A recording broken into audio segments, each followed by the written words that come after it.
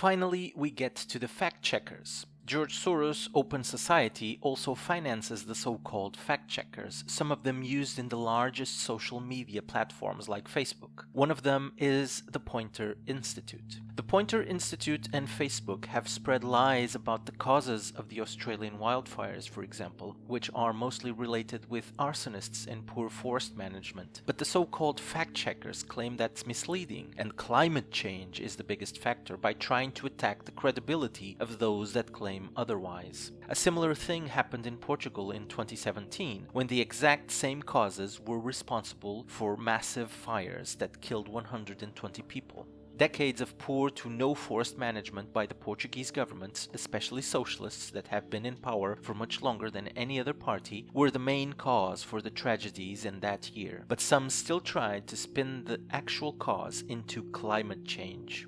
Even before fact-checkers, the credibility attack was very much in play, since in the Casa Pia court case, a judge ruled that the witness that provided credible testimony against Carlos Cruz, a well-known TV host, was no longer credible when providing testimony against Paulo Pedroso, a socialist protected by the mafia that is the Socialist Party in Portugal. In this particular case, they didn't even try to be consistent. The only difference between Carlos Cruz and Paulo Pedroso was the political party affiliation, and the same witness that incriminated Carlos Cruz and considered credible then was no longer credible when incriminating Paulo Pedroso. I'm sure today's fact-checkers would consider this absolutely normal and valid. For years, the media and fact-checkers claimed Donald Trump never denounced extremists on the right, and would usually use the very fine people on both sides remark after the Charlottesville incident as proof. That now infamous moment in the wake of neo-Nazi protests in Charlottesville. But you also had people that were very fine people on both sides.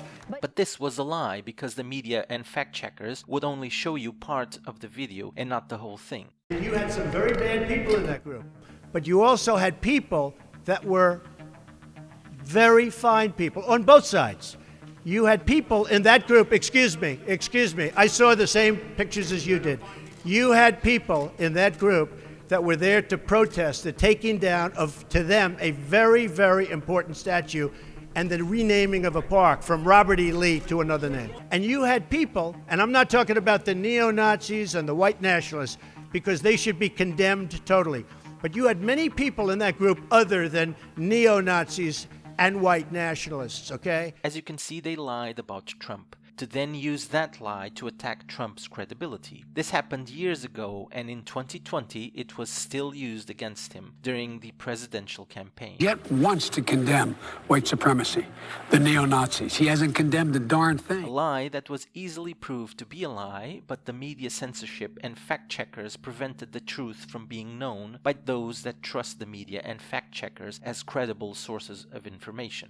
Again, it's all about credibility. PolitiFact, powered by the Poynter Institute, did this many times, including everything related with Joe Biden and his son's dealings in Ukraine. Donald Trump was being impeached because Democrats thought that a call between the Ukrainian president and Donald Trump involved a quid pro quo, meaning that if there was an investigation into the Bidens, then financial aid from the United States would be sent to Ukraine. If no investigation happened, aid would not be sent. For those unaware of what happened, Hunter Biden, Joe Biden's son, was part of a company's board in Ukraine, a company called Burisma, involved in very corrupt and shady deals. Viktor Shokin was the prosecutor handling these cases of corruption in Ukraine, including Burisma, at the time that Joe Biden was the vice president of the United States in the Obama administration. The Biden campaign told PolitiFact that the vice president learned about his son's role on the board through media reports and never discussed anything related to this company with his son. This is PolitiFact, powered by the Poynter Institute, essentially giving great credibility to the words of Biden and his family, but ignores everything else, of course. Recent mails and witnesses show that Joe Biden knows about everything and receives benefits from those corrupt and shady deals done by his son.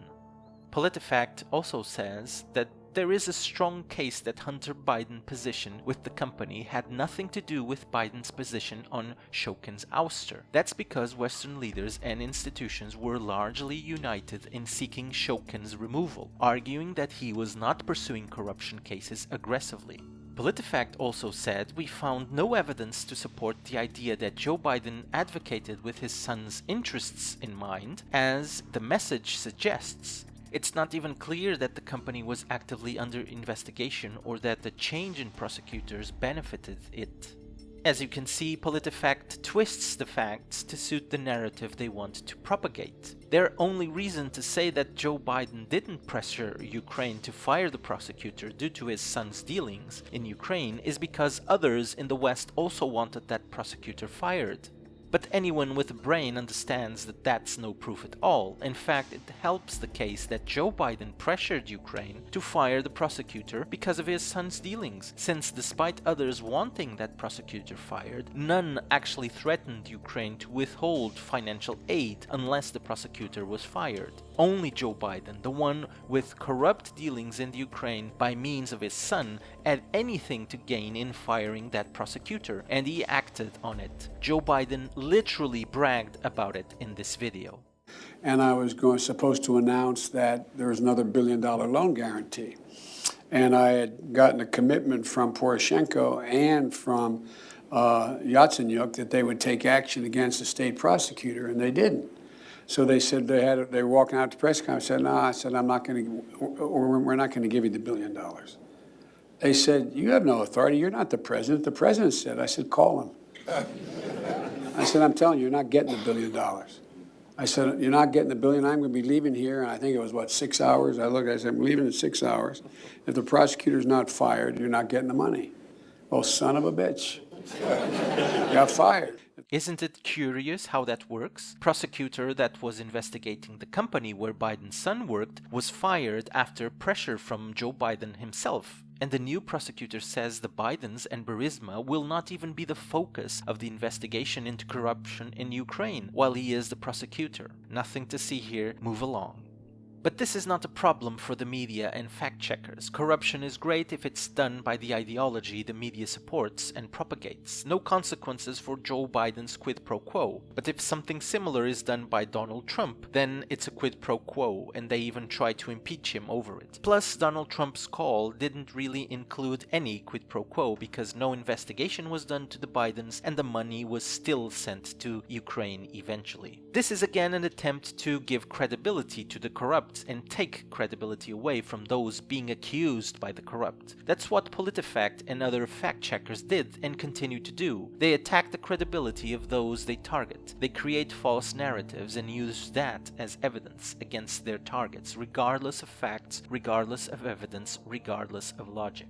In Portugal, the Pointer Institute is also connected with some media outlets like OBSERVADOR, a leftist propaganda newspaper. They've done numerous fact checks, all of them with the typical left bias, ignoring everything that goes against the narrative they want to propagate. During the pandemic, this has been especially true, but I would like to show you one of the best examples of how ridiculous those fact checkers can be. This was a case involving André Ventura from the Chega party and the left bloc. Essentially, André Ventura is smeared in the Portuguese media because he is claimed to be racist or xenophobic against minorities like the Gypsies in Portugal. The reality is that the only thing he has said about Gypsies is that they are indeed involved in a lot of criminal activity in Portugal and that they live off the state subsidies and don't even pay their bills. Not to mention that Gypsies have a culture that goes against the Portuguese law, like marrying with underage girls. Yet none of that is enforced in Portugal because of leftist policies that have one law for some people and a completely different law for other people. Because Gypsy communities were not respecting the new rules under the lockdown and were actually taking advantage of the fact people were locked at home to commit crimes, André Ventura suggested that Gypsies needed to be targeted with harsher rules. And of course the leftists didn't like that because, as I mentioned, Gypsies are a protected class in Portugal, and even though they are in Portugal and don't follow Portugal's laws and rules, they should be left alone and continue to do what they want. Eventually, a known football player that is a Gypsy was involved in this spat with André Ventura, and someone claimed that the left bloc brought that football player to the discussion. The fact check promoted by Observador was aiming to determine if that claim was true or not. And what did they do? They asked the deputy from Left Bloc Moisés Ferreira if he did what was claimed. He said no, and Observador considered the claim false.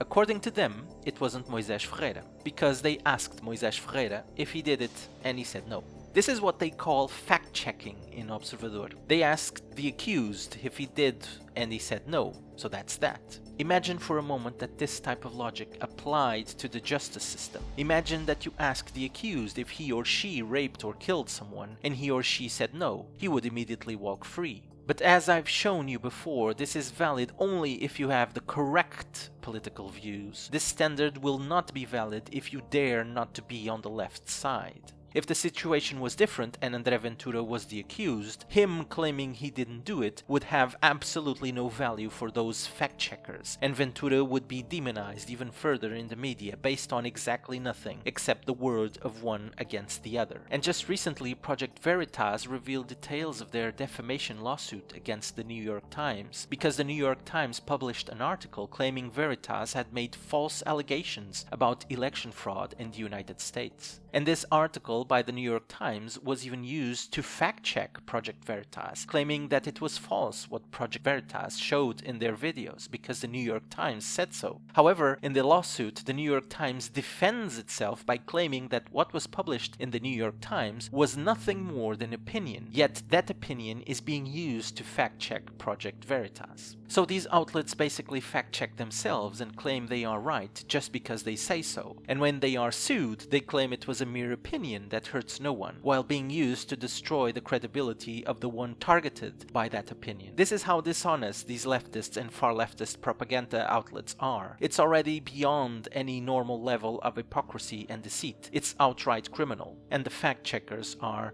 the worst of the bunch. But fact-checkers do so much more than this. It's not just about spreading misinformation and lies. It's not just about twisting facts to suit the narrative that they want to propagate. It's also a means to censor those being fact-checked and get money from them. In the internet, there are things like ad revenue that is generated by visits to your site or platform. Big tech companies like Twitter, Facebook, Google, and YouTube make money out of ad revenue and provide their platforms to be a generator of revenue for the people that use their platforms. And certain people have such large audiences on social media that they generate a lot of money, as their large following will click on pretty much everything they publish. With fact-checkers being enforced by social media and the clicks being shifted from the creator to the fact-checkers, this means the ad revenue goes directly to the fact-checkers and not to the creator of the content that is effectively censored and loses money. This is what happened to Candace Owens, a conservative with a large following that had her opinions fact-checked, and her large following revenue essentially shifted to the fact-checking company. Fact-checkers are literally stealing money away from the original creators. So fact-checkers are a plague, even more so when they don't do what they are supposed to do. They lie and spread as much, if not more, misinformation and lies than those being fact-checked, because they simply twist the known facts to fit the narrative being financed by their corporate billionaire elites like George Soros. Fact-checkers also represent exactly what is described in George Orwell's 1984 as the Ministry of Truth, that was aimed to inform the uneducated populace by spreading the government's propaganda.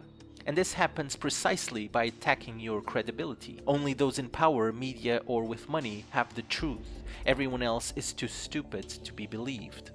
So whenever you see a fact check, remember to ignore it and actually do your own research. And as I like to say, on these troubling times where journalism is dead and buried, the best journalist out there is the person with a smartphone and a 4G connection on the ground, doing live events, showing you exactly what's going on, without comments, without editing, and without taking you out of context, so that you can see for yourself the reality and take your own conclusions. Anyway, I hope you like this, and I'll see you next time.